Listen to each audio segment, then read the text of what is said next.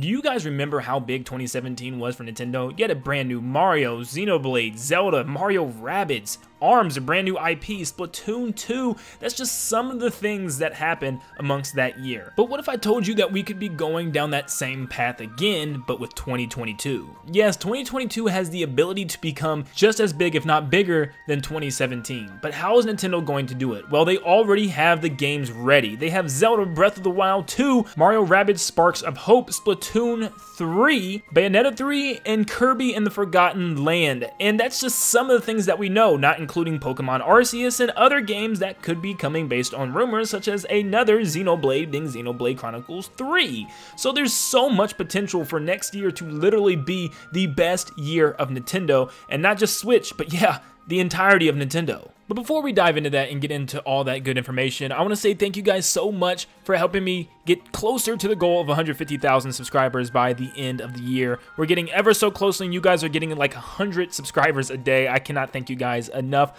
But also, for you guys watching today, I have something very special to show you. We are officially starting a second channel called Mario Mix, where it is 100% Mario. Now, there will still be stuff to watch Mario-wise on this channel today, so don't fret, but it will be very specific Mario things on this channel. Mario details, Mario rumors, Mario hints, everything to do with Mario on that channel. So if you want to check it out, links in the description down below, and you can also click the end card above. But let's see how fast we can get this channel to 1,000 subscribers. So, all you Nintendo Land subscribers, jump on it, go follow Mario Mix for your Super Mario pleasures. So what does Nintendo need to do to make sure that they are able to beat what they did in 2017? Well, first let's go over the games that have already been announced, and the first one being Breath of the Wild 2. Now, Breath of the Wild was monumental when it released in 2017. It wasn't just the next big Zelda game, but it was completely reimagining what Zelda could be, and it was an open world exploration Zelda game, the first time of its kind ever. And not only that, it started off the Nintendo Switch as a launch title, so it was huge. What does Zelda need to do this time to be that big? Well, first off, it's got to have that experience of a brand new world. I think I'm getting kind of afraid because what they've shown in the trailers so far looks to be the same Hyrule, just with some islands in the sky. Now, I'm hoping that I'm wrong, and I'm hoping that some areas on the ground actually change drastically, but that was the biggest part of Breath of the Wild in the very first place, is finding new areas, finding secret alcoves and caves and areas that you never even thought could have been there, but you found it because you explored. And I need that to be in Breath of the Wild 2, and that needs to have that fresh exploration aspect to make people excited to play something that's entirely new, not something that they've already seen before, with just minor changes. I also think Splatoon 3 is in that same boat. It can't just be another Splatoon 2, just new maps and a couple of new guns, and then a new story mode. It has to have something to differentiate itself. Why would you buy Splatoon 3 when you could play Splatoon 2 perfectly fine on the Switch? So I think if the Splatoon team were able to find some type of big brand new mode or some type of brand new concept to originate itself from the other games, I think Splatoon 3 will have no problem being the greater counterpart to what Splatoon 2 was in 2022. From what I've seen already, Mario Rabbids has achieved its spot, and it looks like it's going to be a lot better than the original. And that's saying a lot because the original was actually tons of fun, but this time it looks like the boards are more open and you can move your character in various different areas, and it's more of an RPG style where you run into enemies in the overworld and go into this battle mode, which is actually pretty cool. It looks like they're changing overall how this game is going to play, and lots of the mechanics look vastly different. I mean, this looks like it's going to play almost incredibly different than the first game, which is super exciting, and it's going to feel very special. And of course, you still have that wackiness of Mario with the Rabbids. This is going to be a big game of 2022. In 2017, you had Pokemon Ultra Sun and Ultra Moon, which were pretty much just new versions of Pokemon Sun and Moon.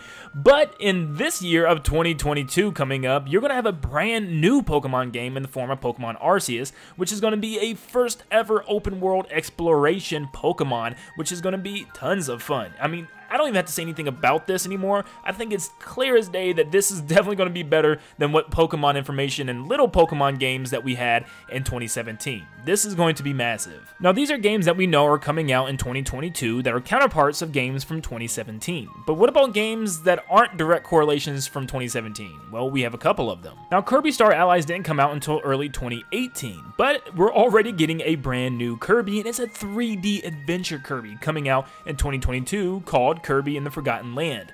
Once again, do I have to say much? I know Kirby Star Allies was very ambitious with its different allies and characters and stuff, but at the end of the day, I found that Kirby Star Allies was very similar to most Kirby games we've already seen before, and didn't really bring anything crazy or new to the table, where Kirby and the Forgotten Land is going to be one of the very first fully adventure Kirby games in 3D that we have ever gotten, and I'm super excited to see what this game is going to be like when it actually comes out. This is obviously going to be a huge game for 2022. Also in 2018 was the Bayonetta Switch collection, which included Bayonetta 1 and 2 for the Nintendo Switch, and it looks like already in 2022 we're going to get Bayonetta 3, which is very exciting. I don't have much to say about this game, but it's the next installment in the Bayonetta franchise, so it literally is better. You're not getting ports this time. This time you're getting the next game, which is very exciting and just adding to the massive list of 2022. So this list alone has games jam-packed throughout the year, and it has games for almost everybody. But is that all the games that we are getting? No, I don't think so, because I think there's still a couple of games that Nintendo's hiding behind their backs because of some leaks, some rumors, and just some speculation of my own. Because there's still some games that they need to compare with 2017. Now, Xenoblade 2 came out at the very end of 2017 in December, and I think it could very well find a slot in a similar position in 2022 towards the end of the year, past Zelda, and maybe along the lines of, I don't know, once again, being in December. I don't know much about Xenoblade or anything like that, but I know there's a lot of rumors and leaks coming out saying that Xenoblade 3 could very well be coming out as soon as next year, and that it's almost pretty much finished development. That is super exciting. I think the only thing it's going through is localization and stuff and like voice acting, but for that is very exciting. That shows that maybe there's a potential for a Xenoblade 3 coming next year as well, which would just add to the list, you know, once again, following from 2017. Donkey Kong is another IP that has been rumored for a very long time to have either a big brand new 2D game or a big brand new 3D game, which is very interesting, and we haven't heard anything else about it. It also got rumored alongside the 3D Kirby game, which obviously happened. So I think there's no doubt in my mind that Donkey Kong's getting some type of big brand new game soon, whether it's 2D or 3D. I'm very excited to see what it's going to be about, but I think that would be a massive game for 2022 to have alongside Kirby and Zelda and Splatoon. To have a Donkey Kong game would be pretty insane. Well, that adds two more things to the list of things that could happen in 2022. With Donkey Kong and Xenoblade, there's still one more category that I think needs to have something in it. Regardless of what it's going to be, I think something needs to be there, even though we already have one game from him on this list. Yep, you guessed it, Mario. Now, I know we have Mario plus Rabbids Kingdom Battles, Sparks of Hope, I get that, but at the same time in 2017, we had Mario Kart 8 Deluxe, which was just a deluxe version of Mario Kart 8, Mario Odyssey, and Mario Rabbids, plus there was tons of other ports of Mario games throughout the years.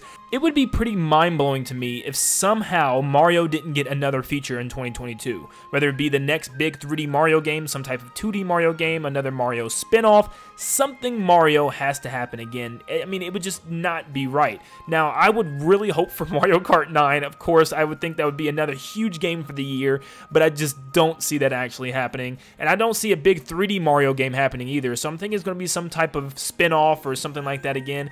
I don't know. I think 2022 desperately needs a gigantic game like Mario Kart 9 or the next big 3D Mario, the same way they did in 2017. 2017 had Zelda Breath of the Wild and Mario Odyssey and Mario Kart, so I don't see why it couldn't have another Mario here. They've done it before, they can definitely do it again. And the crazy part is, as massively crazy as this list is, it's so doable. And the fact that it still has more games that could be added to this thing. I mean, there's rumors of Metroid Prime Trilogy happening, and there could be, you know, gameplay finally of Metroid Prime 4. I'm not saying it's releasing in 2022, but we could have gameplay. There's just so much to look forward to in the future of Nintendo. I think 2022 could be almost double the size of what 2017 was if it plays its cards right. So I think 2022 has the potential to be one of the biggest years Nintendo has ever had in their entire existence. I am so excited to see what's to come with the Game Awards coming very soon in December. I think there is going to be some hints and some insights of what 2022 can hold, and I just cannot wait. I'll be sure to make videos about that as well.